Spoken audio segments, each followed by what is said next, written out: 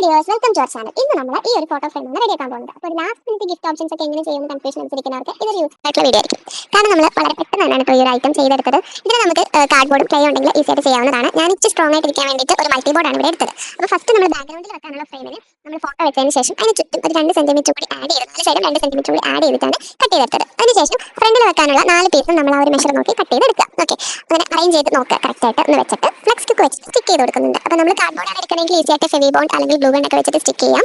Okay, അപ്പം നമ്മൾ കുറച്ച് കട്ടിയുള്ള ബോർഡ് ആയതുകൊണ്ടാണ് ഫ്ലെക്സ് സ്റ്റിക്ക് വെച്ചിട്ട് സ്റ്റിക്ക് ചെയ്ത് കൊടുക്കുന്നത്. അങ്ങനെ 4 സൈഡും ഒന്ന് സ്റ്റിക്ക് ചെയ്ത് ആ ഫ്രെയിം വർക്ക് ഒന്ന് കറക്റ്റ് ആക്കി വെച്ച് കഴിഞ്ഞാൽ നമുക്ക് അതിനകത്തേക്ക് ക്ലേയും കൂടി മോൾഡ് ചെയ്തിട്ട് കറക്റ്റ് ആക്കി കൊടുക്കാം. അപ്പോൾ ഞാനിവിടെ എടുത്തത് ജോസിന്റെ ക്ലേ ആയിരുന്നു. പക്ഷേ നമുക്ക് മോൾഡിൽ ചെയ്തിരുന്നെങ്കിൽ കുറച്ചും കൂടി പെർഫെക്റ്റ് ആയിട്ടുള്ള ഒരു ഔട്ട്കം കിട്ടിയെന്നാണ് എനിക്ക് ഫൈനലി തോന്നിയത്. കാരണം നമ്മൾ ബോട്ടിലായിട്ടൊക്കെ ചെയ്തുകൊണ്ടിരുന്ന സമയത്ത് മോൾഡിന്റെ ക്ലേ ആയിരുന്നു യൂസ് ചെയ്തത്. അത് സൂപ്പറായിട്ട് നമുക്ക് ഇഷ്ടം പിന്നെ മോൾഡ് ചെയ്യാൻ പറ്റും. അതുപോലെ തന്നെ ഔട്ട്കം സൂപ്പറായിട്ടിരിക്കും. അങ്ങനെ ബ്രേക്ക് ഒന്നും ആയി പോകത്തില്ലായിരുന്നു. ഓക്കെ, ഇതെനിക്ക് ഫൈനലി തോന്നിയത് നമുക്ക് കുറച്ച് പൊടിയായിട്ട് ഇരിക്കുന്ന പോലെയാണ് എനിക്ക് തോന്നിയത്. അധികം ഡ്രൈ ആവാണ്ട് അങ്ങനെയാണ് തോന്നിയത്. അപ്പം പക്ഷേ മോൾഡ് ചെയ്യുന്ന സമയത്ത് കുറച്ച് ഈസി ആയിരുന്നു കേട്ടോ. ക്ലേ ഒക്കെ നമ്മുടെ കുറച്ച് ഉരുട്ടുന്ന പോലെ ഈസി ആയിട്ട് നമുക്ക് തോന്നി. പക്ഷേ ഫൈനൽ ഔട്ട്കം കിട്ടിയപ്പോൾ എനിക്ക് കുറച്ചും കൂടി നമുക്ക് മോൾഡിൽ ചെയ്തിരുന്നെങ്കിൽ പെർഫെക്റ്റ് ആയിരിക്കും. അപ്പം മോൾഡിന്റെ ക്ലേ യൂസ് ചെയ്യുന്നവർ അങ്ങനെ ചെയ്യാം. അല്ലെങ്കിൽ എംസിൽ വെച്ചിട്ടായാലും നമുക്ക് ചെയ്യാൻ പറ്റും. എംസിലിൻ്റെ നമ്മൾ എംസിൽ പ്ലസ് ഹാർഡ്നർ മിക്സ് ചെയ്ത് കഴിഞ്ഞാൽ കുറച്ച് നേരം വെച്ച് കഴിഞ്ഞിട്ട് നമുക്ക് ഈസി ആയിട്ട് പെർഫെക്റ്റ്ലി മോൾഡ് ചെയ്തെടുക്കാൻ പറ്റും.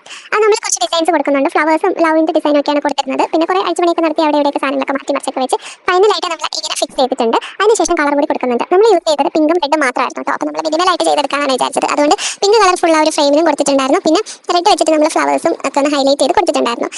അപ്പോൾ നമ്മുടെ ചാനൽ സബ്സ്ക്രൈബ് ചെയ്യാതെ ഏതെങ്കിലും ഫ്രണ്ട്സ് വീഡിയോ കണ്ടുകൊണ്ടിരിക്കുന്നുണ്ടെങ്കിൽ പെട്ടെന്ന് തന്നെ സബ്സ്ക്രൈബ് ചെയ്ത് സപ്പോർട്ട് ചെയ്യണം കേട്ടോ. പിന്നെ നമ്മുടെ വീഡിയോ ഇഷ്ടപ്പെട്ടിട്ടുണ്ടെങ്കിൽ ലൈക്ക് ചെയ്യാനും കമന്റ് ചെയ്യാനും ഒന്നും ആരും മറക്കല്ലേ. നിങ്ങളുടെ ഫ്രണ്ട്സിനൊക്കെ ഈ ഒരു വീഡിയോ ഒന്ന് ഷെയർ ചെയ്ത് കൊടുക്കുക. ക്രാഫ്റ്റ് ഇഷ്ടമുള്ള ഫ്രണ്ട്സിനും കൂടി ഒന്ന് ഷെയർ ചെയ്ത് കൊടുക്കണം കേട്ടോ. പിന്നെ നിങ്ങൾ ഇതുപോലെ ഫ്രണ്ട്സിനൊക്കെ ഗിഫ്റ്റ് കൊടുക്കാൻ വേണ്ടിയിട്ട് ഹാൻഡ് മെയ്ഡ് ഗിഫ്റ്റ്സ് ഒക്കെ അന്വേഷിക്കുന്നവരാണെങ്കിൽ നമ്മുടെ പേജിൽ കുറച്ച് കളക്ഷൻസ് അപ്ലോഡ് ചെയ്തിട്ടുണ്ട്. അപ്പോൾ അതൊന്ന് ചെക്ക് ചെയ്ത് നോക്കുക. അപ്പോൾ ഏതെങ്കിലും ഗിഫ്റ്റ് ഐറ്റം വേണമെന്നുണ്ടെങ്കിൽ നമ്മുടെ കോൺടാക്ട് ചെയ്താൽ മതി. കോൺടാക്ട് ഡീറ്റെയിൽസ് ഒക്കെ പ്രൊവൈഡ് ചെയ്തിട്ടുണ്ട്. അപ്പോൾ നമ്മുടെ കളറിംഗ് പരിപാടി നന്നായിട്ട് ചെയ്യാം. ഒരു 2 കളേഴ്സാണ് ഞാൻ ചൂസ് ചെയ്തിരിക്കുന്നത്. നിങ്ങൾക്ക് കുറച്ചും കൂടി കളേഴ്സ് ആഡ് ചെയ്യാവുന്നതാണ് കേട്ടോ. ഏതൊക്കെ കളേഴ്സ് വേണമെന്ന് വെച്ച് കഴിഞ്ഞാൽ അതൊക്കെ ആഡ് ചെയ്ത് കുറച്ചുകൂടി അട്രാക്റ്റീവ് ആൻഡ് കളർഫുൾ ആക്കാം.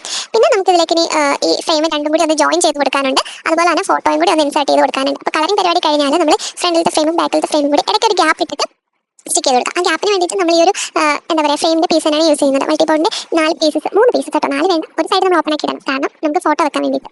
അപ്പോൾ നമ്മൾ 3 സൈഡിലും നമ്മൾ നമ്മുടെ ഈ ഒരു ബോണ്ട് മൾട്ടിബോർഡ് ഒട്ടിച്ചു കൊടുക്കണം. അതിനുശേഷം ഈ 2 ഫ്രെയിമും കൂടി ഒന്ന് സ്റ്റിക്ക് ചെയ്ത് കൊടുക്കണം. പിന്നെ നമ്മൾ ഫോട്ടോ ലാമിനേറ്റ് ചെയ്തിട്ടാണ് ഇതിൽ ഇൻസേർട്ട് ചെയ്യാൻ പോകുന്നത്.